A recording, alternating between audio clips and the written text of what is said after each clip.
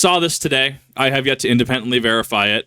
Via Destiny Bulletin over on Twitter, Bungie has revealed a new update for Wyverns. They can now teleport and dodge. And so I looked at this and I thought for a minute, I'm like, I'm going to get upset. I'm going to just like, well, ever since Lightfall, I felt Wyverns have been really overpowered. I feel that, your average player is going to have issues with them. I feel that they're way too tanky. And now adding it. And then I had this moment of like self-actualization, apotheosis, if you will.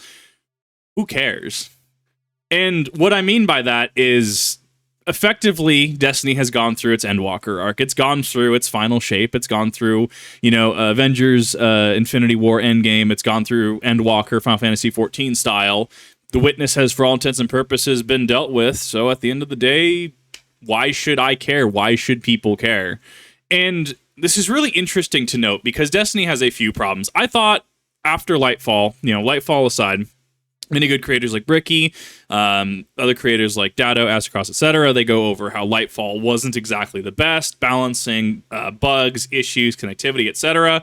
And moving beyond that, final shape other than the launch window, which was weird because they said they fixed the server issues, but the thing they said they fixed ended up happening. I thought it was a good campaign. I thought it was good. I liked watching Salvation's Edge raid race. I think Fourth Encounter, we'll get to that. I think Fourth Encounter had a little bit of feedback issues, but for all intents and purposes, 12-man activity, we're good. That is going to be the end of a lot of people's journey in Destiny. Many of you can go, well, yeah, no, I watched Avengers, I watched Marvel up through Endgame, or, I played Final Fantasy XIV up through Endwalker. Why I keep mentioning these is they are the end of their respective arcs. I'm sure that there's a WoW equivalent somewhere, even though I'm unfamiliar with it. And the story was good. I liked it. I liked what they did with Paracausal, Affinity, stuff like that. Liked what they did with the Witness fight.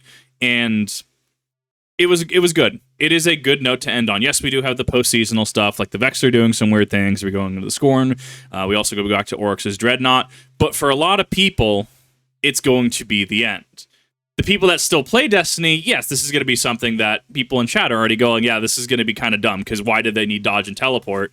And even then, in the comments section, NPCs got a buff before Titans did. Things need to be deleted because they weren't annoying enough. Buff the Titans, please. Thumbs up. Bungie, Wyverns now teleport. Like, when you have feedback, or seemingly a lack of feedback, and you're not listening to your community, don't get me wrong, there are some people in the community that I think are just absolutely dumb, okay? Like, we have cults of personality in Destiny. That's why raid race is a thing. There are people like Dado. Hell, yeah, cool. Dado's cool. I was arguing with some world's first raid person, and they were going off about how, unless you did Salvation's Edge day one, you are not entitled to an opinion on how the raid works mechanically.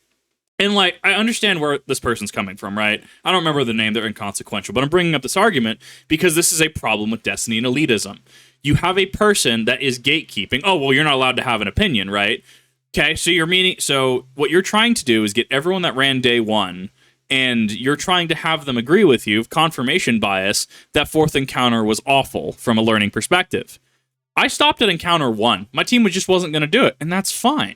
Looking at it, watching it, right? No, there's a feedback issue with Encounter 4. I can agree with this person, and they still find a way to say that my opinion does not matter. I'm not allowed to have an opinion. And this is really pervasive within the entire Destiny community. So what ends up happening is you suddenly have this game. You have a game where, honestly, like, mechanically, it's fine. I still get error-coded out of GMs. There's still some connectivity issues at times, right? There's bugs, but that's going to happen with any live service game like this, especially with as spaghetti-coded as Destiny 2 is. And it's just rife with elitism. You have people that have the Godslayer title. Godslayer means nothing. I've had Godslayers in just basic Root of Nightmares not be able to function. And I'm like, mate, you literally ran week 4 planets in Nezarec. How? How are you dying to planets? Like, how do you only have, like, 50 resilience? Like, what's going on here, right? And I think it's very confusing. Destiny is a game at this point that just doesn't seem to really have momentum, like, because they're setting up the next arc. A lot of people are going to start getting out of it.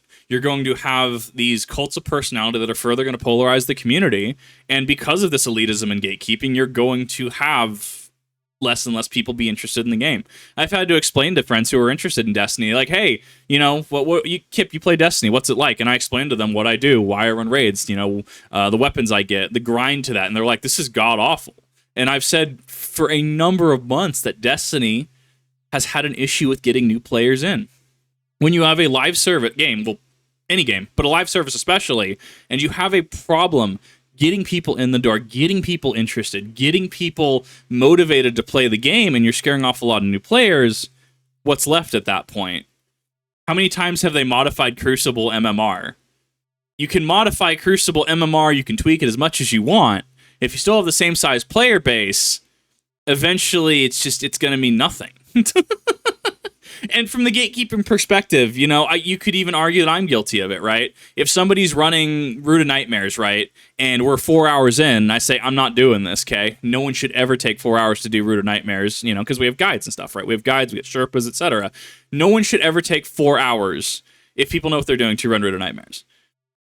You could argue that I'm gatekeeping. I would disagree. I think there's a fine line between gatekeeping. Chat member, you are not allowed to have an opinion about Root of Nightmares since you have not run it 50 times. Kip, that's pretty elitist, right? Versus, look, I've spent 4 hours on Root of Nightmares. I need to go do something else with my life. And I think that's fair. So, looking at this single post, right? Looking at the single Wyvern buff, knowing that day one on Salvation's Edge, we had a very lackluster, to put it lightly, Titan representation. Because Titans are in a really weird spot right now. And even the community's doing this, right? They're consistently just like, wait, why do we need this? What about Titans? You take all of these things that I have just described. If it was one of them, if it was one, maybe two of them, it'd be fine. If you had cults of personality and you had gatekeeping issues, whatever, it's just the community being jerks. If you have buffs that don't make sense and hard content, okay, whatever. I'll just go run one of the GMs, one of the Savathun GMs, right? Psyops Battlegrounds, let's run the Savathun GM, right? But now that we have cults of personality, we have the end of an arc, we have buffs and tweaks that don't make sense, we still have persistent issues. I still experience this data overflow bug, which crashes my game every 5 hours, right? Which has been, it's been in there since Into the Light. Like, I played Into the Light. I was getting, it freezes my screen, and then I have to go out, I have to go to Task Manager, force close Destiny, and hop back in. I have been sleazed out of so many rewards. So, my issue, to clarify once again, is not with the devs. It's with management. And at this point, because Sony does own them, Sony as well at this point. So, I just needed to take a minute to really just kind of put my thoughts down. I was going to do a whole video on how I liked Final Shape, how Keith David did a good job. I liked what they did with some of these story arcs. They wrapped up a lot, like the whole Cade segments, right? But why? At the end of the day, I do still play it. At the end of the day, I don't have a static, which makes it harder to do content that I want to do, right? Harder to do GMs, harder to do raids, harder to learn Salvation's Edge, because I still have to go and do that, right? But at the end of the day, Destiny as a live service to a lot of people has outlived its usefulness, and it will show them that, hey, but you still need to play. Okay, but what are you doing for us, right? What are you doing for Titans? What are you doing for game balance? What are we getting? Because remember, we had the season model, which I think it was after Warmind, right? We went to a seasonal model, but now we're in an episode model. Instead of 4 seasons, we get 3 episodes. And this post Lightfall, post Final Shape is very rapid fire. It's 45 days or something per episode. That's really quick in terms of getting stuff done, because usually it's 90 days and it's whatever, I got time. I'm already season rank 100. I think I'm 110 or something at this point. I don't care. But for a lot of people, especially when a live service not only demands your time but is demanding more of your time, that is going to make or break for a lot of people. But I digress. Let me know what your guys' thoughts are. Have you noticed a cult of personality problem in Destiny? I'm, not going to really shit on anybody for, being a big creator, right? Love My Name is Bife. I think Dado's really cool, right? There's a number of them that I absolutely love.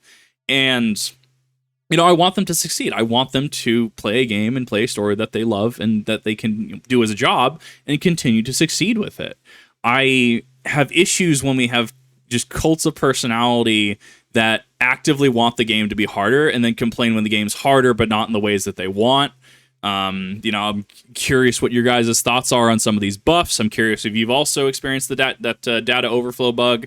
If you are also frustrated that hasn't been addressed or patched or fixed, I think there's a lot going on here. And at the end of the day, I know a lot of people ask me, Kip, is it worth it to get into Destiny 2? That is a subjective answer. At the end of the day, it's, as of Lightfall, it was 302 USD. So add another 100 onto that, 404-ish USD to get into the game for the buy-in, to get all the content that's currently in the game, which I still have, Red War, Curse of Osiris, Warmind in my Steam library, but it's no longer in the game anymore. So you have to factor in that, one, it's a large upfront fee. There is a massive buy-in. Two, you have to understand that there are certain activities that are just going to not work for you, even if you get good, even if you get all the raid weapons in an LFG setting. I will still get into Root of Nightmares groups, being able to low mana and still be unable to do Root of Nightmares because Homeboy with 40 resilience keeps going down every 5 minutes, and I can only do so much, okay? I'm duoing planets in planets, right? Me and one other person are doing the entire planet mechanic, and we're still having ad clear issues. If that sounds like it's up your alley, absolutely. Go look into Destiny, maybe do the free trial thing before you buy, try before you buy kind of thing. But I think we're going to see a lot of people start to drop out of the game at this point, especially because, as I've said, story arc's done, and we are having buffs that just don't make sense in my opinion. Let me know. Thank you all for watching this Kip rant, and I'll see you in the next